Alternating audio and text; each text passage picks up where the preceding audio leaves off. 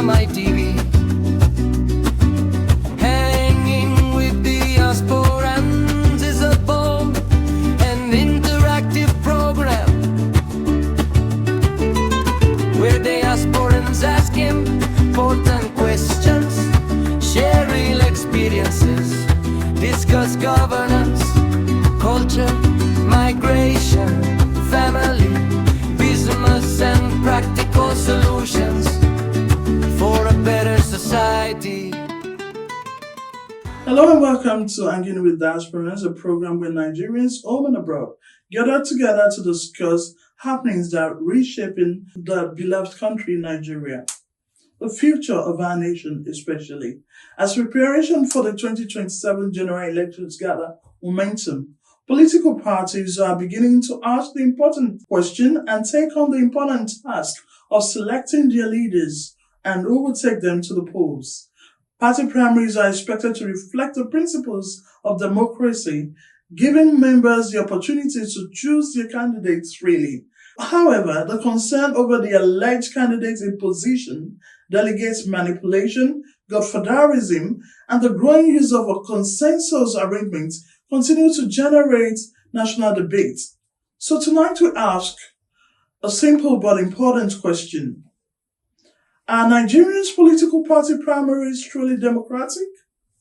Or have they become a process of political imposition?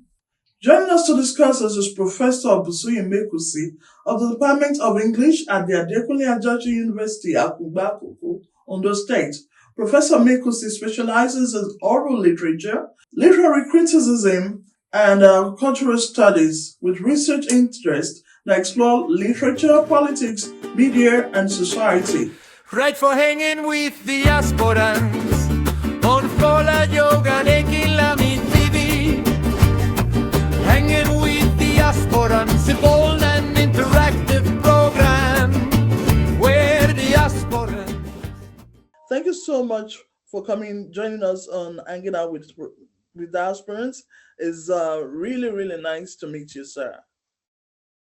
It is my pleasure. Thank you, dear viewers. Professor, from the historical perspective, how have people are interested in knowing how have political parties evolved in Nigeria?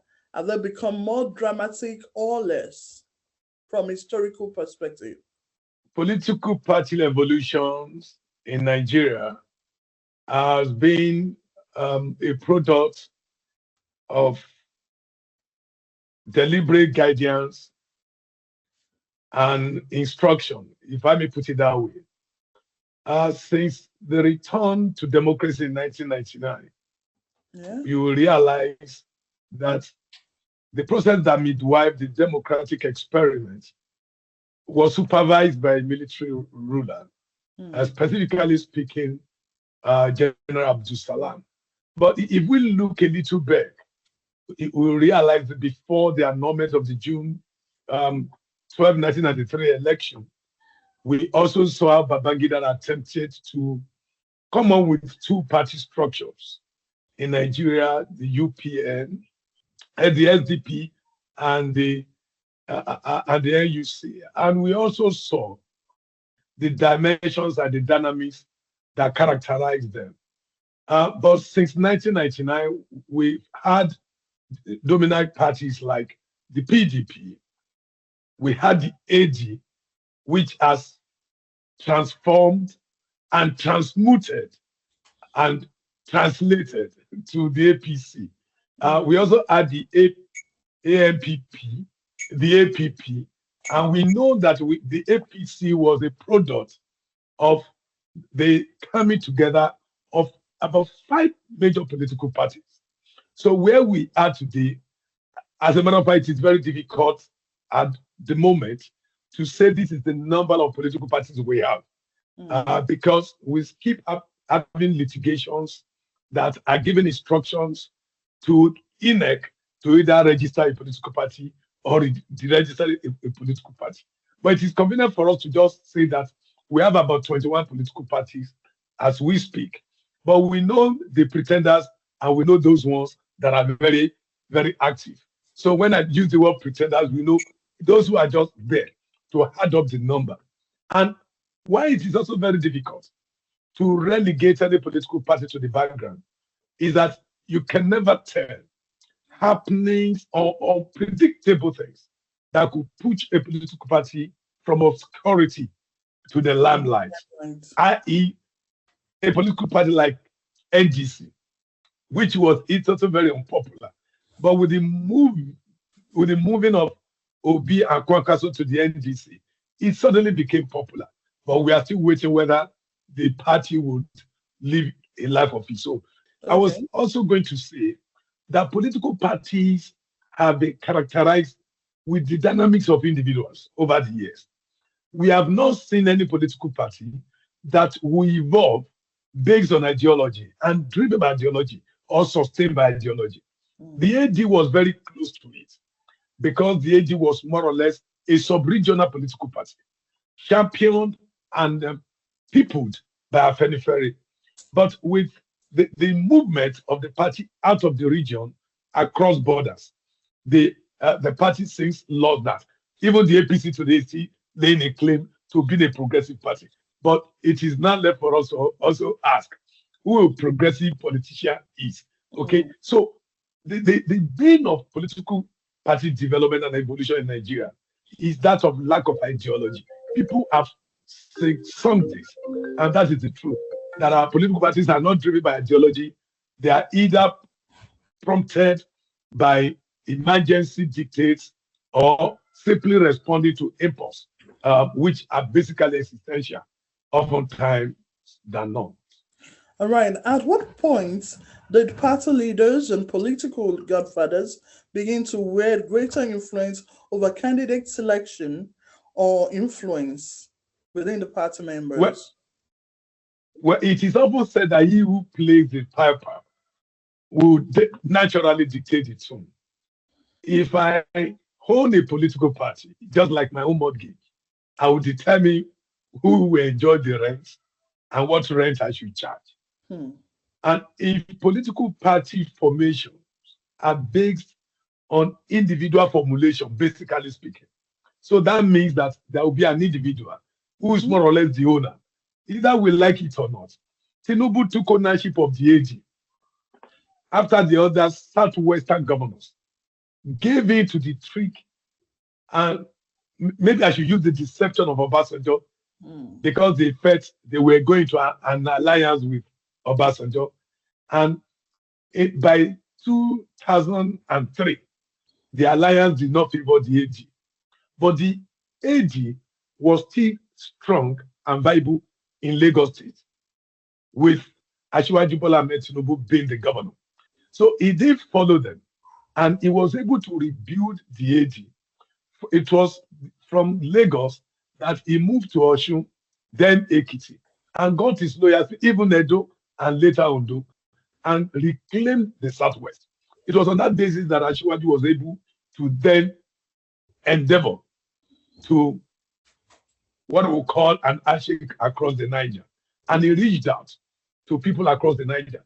And given his own kind of politics, he has always had followers and party loyalists across the country. So it was easy for him to then also use the idea, because at the first time, he tried to use rebuttal to test the waters, but it didn't fly at the level of ACN. But by the time he realized that there was no way a sub-regional political party would get to Aso Rock, he had to build alliances, and he then got this amalgamation that I talked about earlier on. And he also realized that he needed somebody like late General Buhari, who had a cult-like followership, to also form an alliance with, so that with his stronghold in the southwest and with Buhari's stronghold in the north, that he believed, and it came out to prove that he was right. And the next question is candidate imposition a reflection of Nigeria's political culture, or does it expose the weakness in our democracy? It is both a political culture in Nigeria, which invariably is a reflection of the weak democratic structure we are running. Democracy is adapted just like a foreign language from one country to another. But in Nigeria, democracy is run in certain ways with specific indices. And one of the things that is very popular, that are very popular in our democratic disposition, is this idea of godfatherism. You know that the moment you have somebody there, somebody like the Yoruba will say, who can pull you up, you know that it is very easy. Not minding the issue of qualification, the issue of the moment loyalty is guaranteed. You think that, okay, this is somebody that can protect my back. So you want to support him or her to come up. But I'm not suggesting in any way that that is the best we could have. But unfortunately, that is our practice. Today, our democratic behavior will emphasize loyalty, not just to the party, not just to the nation the person is being called upon to serve, but to an individual. And the implication of that is, are we saying that somebody in power should also be, should allow strangers to flock around them? Absolutely, there's nothing wrong with that. Like I intervened somewhere yearly today, that if we respect our institutions and build our institutions, we then would disemphasize the place of individuals, because institutions will drive our democracy and institutions will help us build our nation. You know, as much as we believe, as much as we know, as much as we desire, these are the tendencies. But unfortunately, as I speak to you, our democracy is twisted, if not strangulated, to favor individuals more than the party and the nation that democracy is expected to drive. Where then should we draw the line between legitimate consensus and political impositions? Talking about consensus and imposition is, for me, is like two sides of the same coin.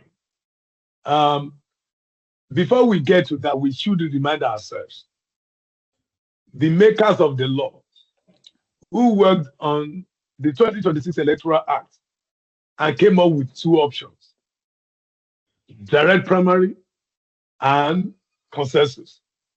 The question is, who is granting consensus? The prescriptions are very clear.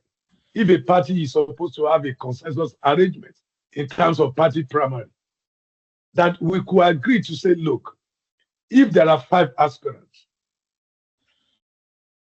and the leaders could advise that the other 4 should step down for a particular one based on consultation, and the other 4 we express in writing their intention to withdraw from the contest. But what we have now is nothing but imposition. And this imposition is meant to meet the desire of certain individuals or group of individuals. And either we like it or not, it is undemocratic. But there is absolutely nothing we can do.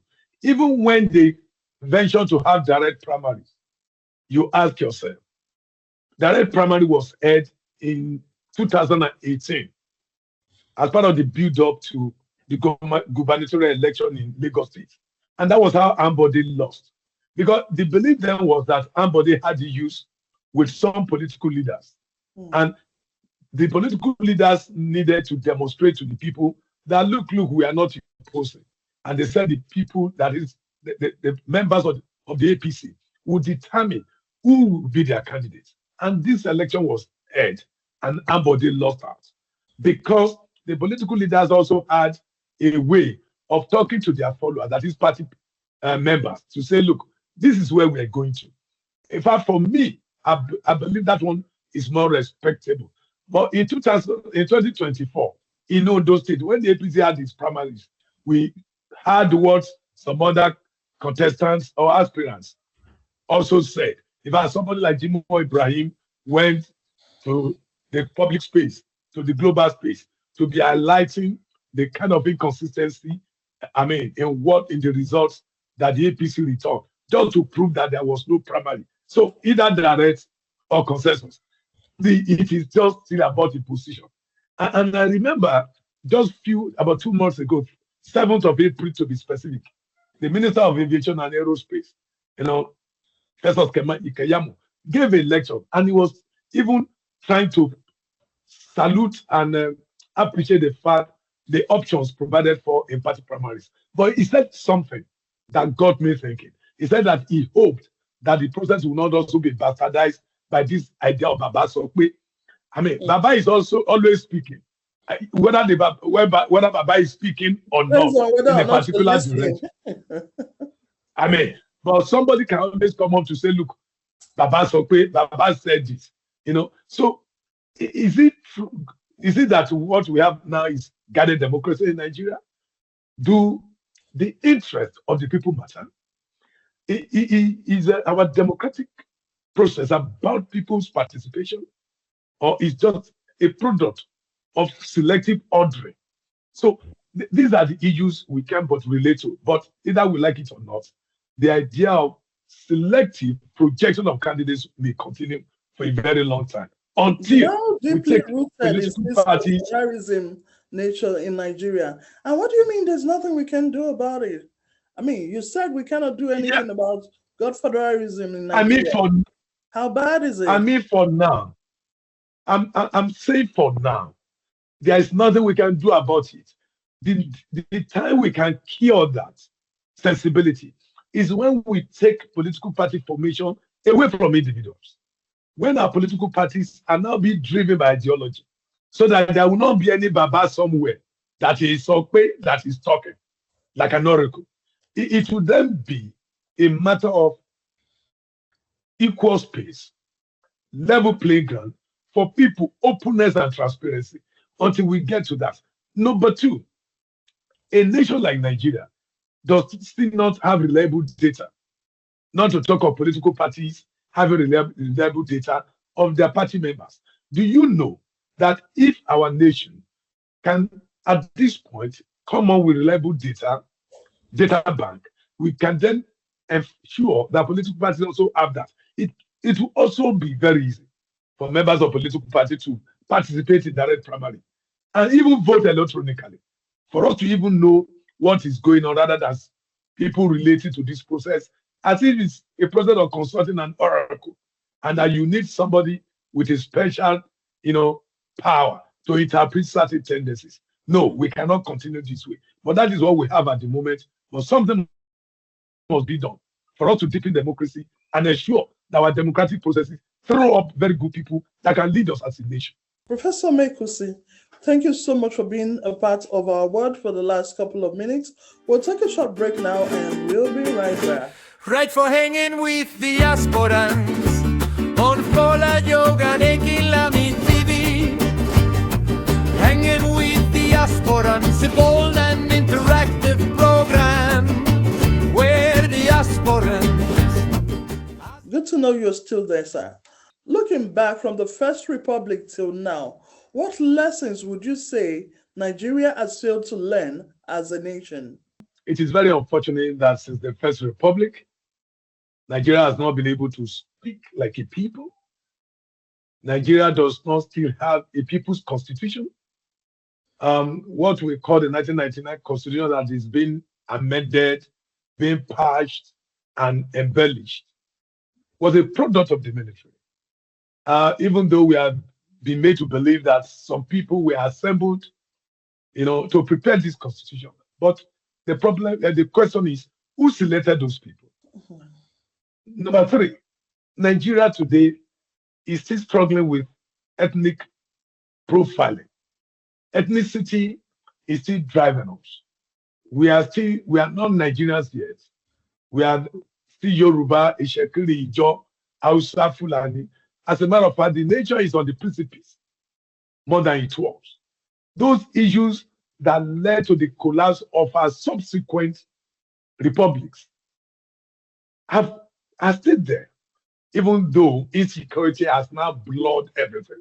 Mm. The Igbos are still suspecting the Yorubas because they are still, some of them are erroneously still driven by some negative narratives about the Civil War.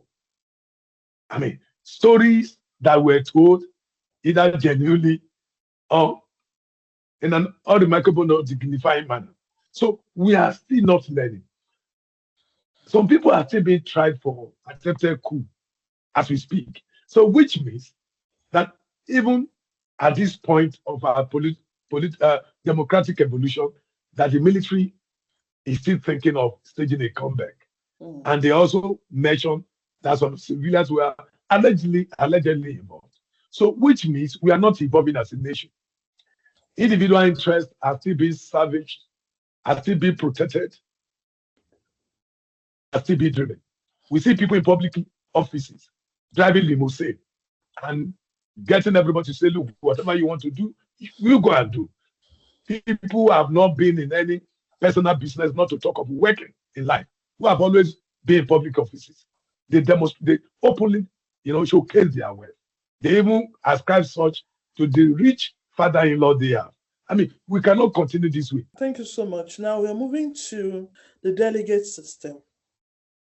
How has this strengthened or weakened the Nigerian democratic process, the delegate system? And if we are The delegate system is no longer there. The Electoral Act has killed the Electoral Act 2026 has killed the delegate system. The two options we have now is either direct or consensus. When we used to have the delegate system, it was a matter of some specific individuals being picked, and they said these individuals will be housed somewhere and they will be bribed by contestants, to behave in a certain way.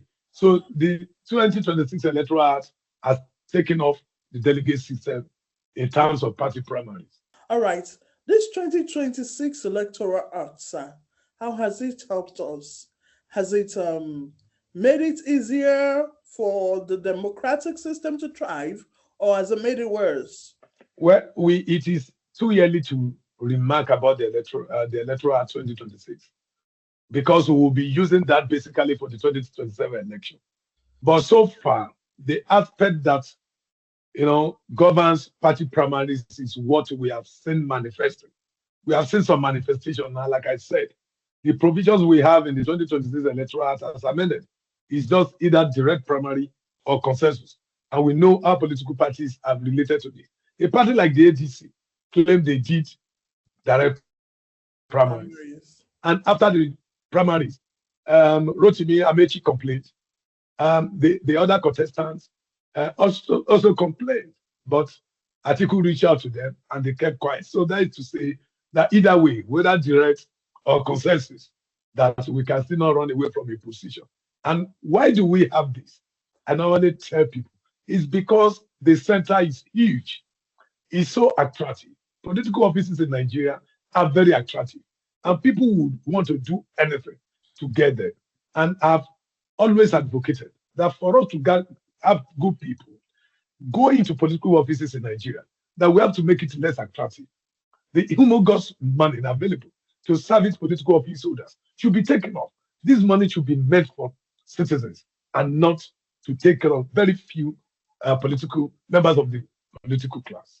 Now, do voting patterns based on ethnicity, religion, or regional identity unintentionally encourage or weaken internal democracy? It will continue to weaken internal democracy.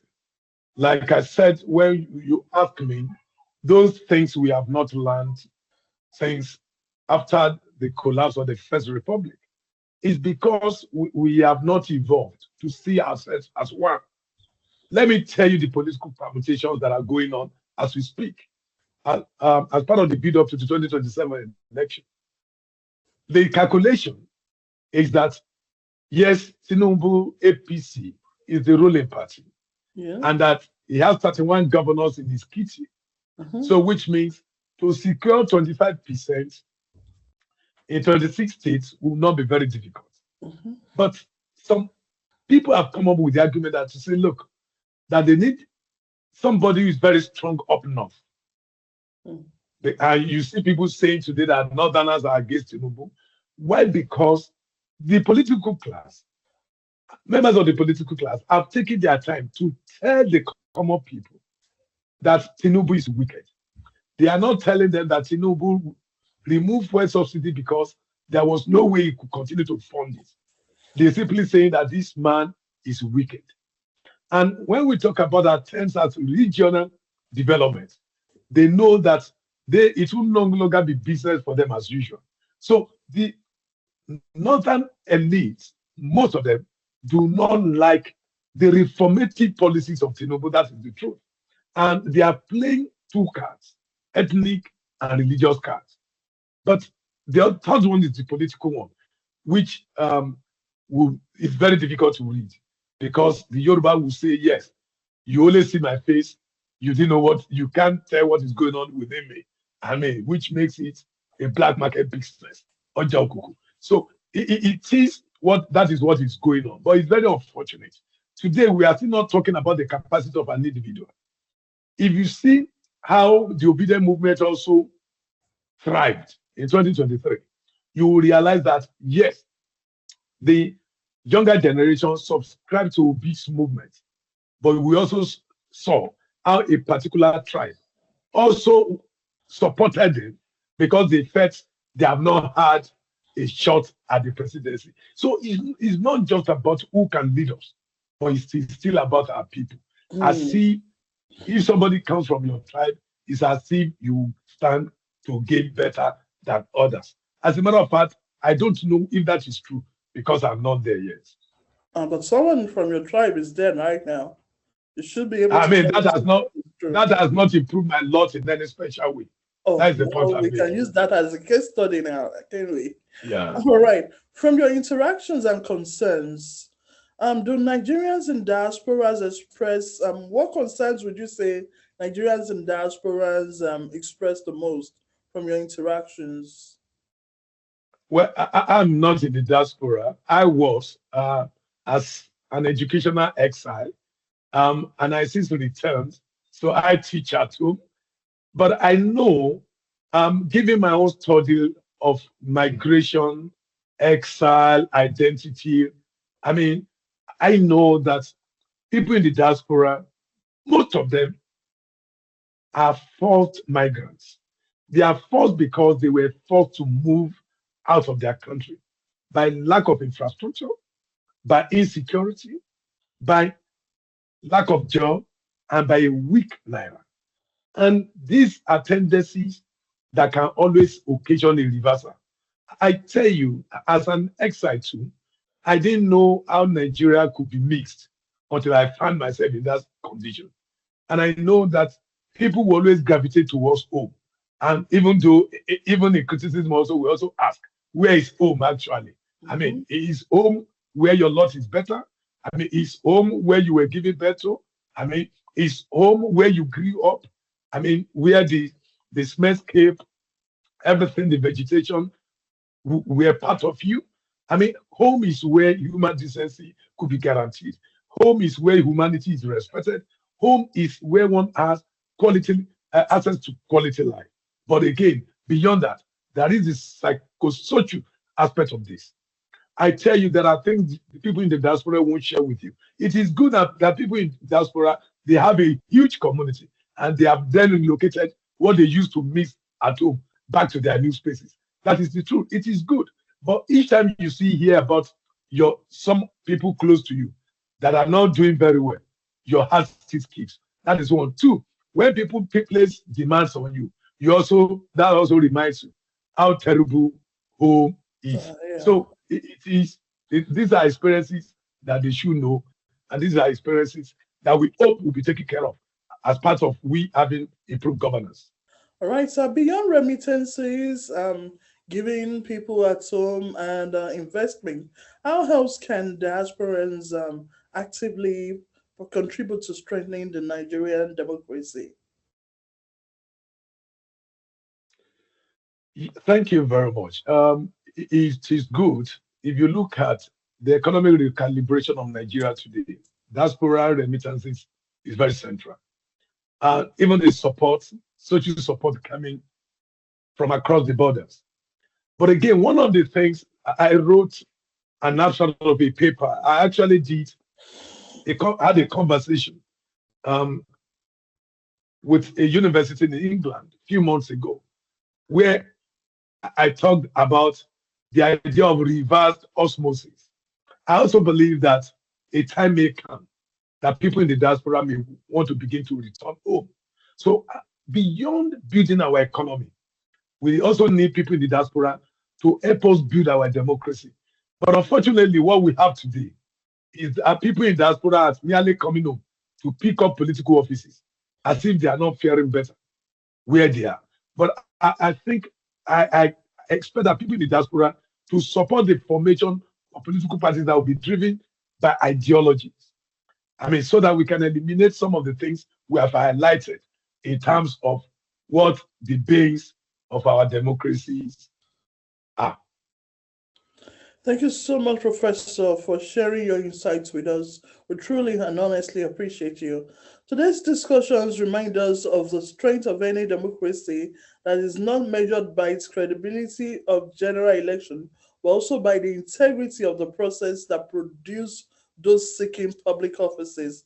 If political parties remain the gateway to leadership, then strengthening the internal democracy is not just a matter of that could be dropped by the roadside. It's a matter of national responsibility, and that's something that all of us should take seriously. Thank you so much for being a part of our board. I appreciate your time, and we hope that the next time we call on you, you will oblige us. It is my pleasure. I wish you all the best. Thank you very much. Right for hanging with the Diasporans on Folajogun Akinlami TV. Hanging with the Diasporans, a bold and interactive program where the Diasporans... Thank you very much, Professor Mekusi, for sharing your insights with us. Today's discussion reminds us that the strength of any democracy is measured not only by the credibility of its general elections, but also by the integrity of the process that produced those seeking these public offices. If citizens cannot choose those who represent them within political parties, can we then truly say that democracy begins at the ballot box, or must it begin much earlier within the political parties themselves? Until next week, when we'll bring you another interesting edition of Hanging with Diasporans, my name is Folajogun Akinlami, and I'm your host. Remember to join us on our social media platforms, Folajogun Akinlami Television on YouTube. On Instagram, it's Hanging Out with Diasporans. Meanwhile, on Facebook, it's Folajogun Akinlami TV. Until next week, God bless you, and God bless the Federal Republic of Nigeria. Bye for now.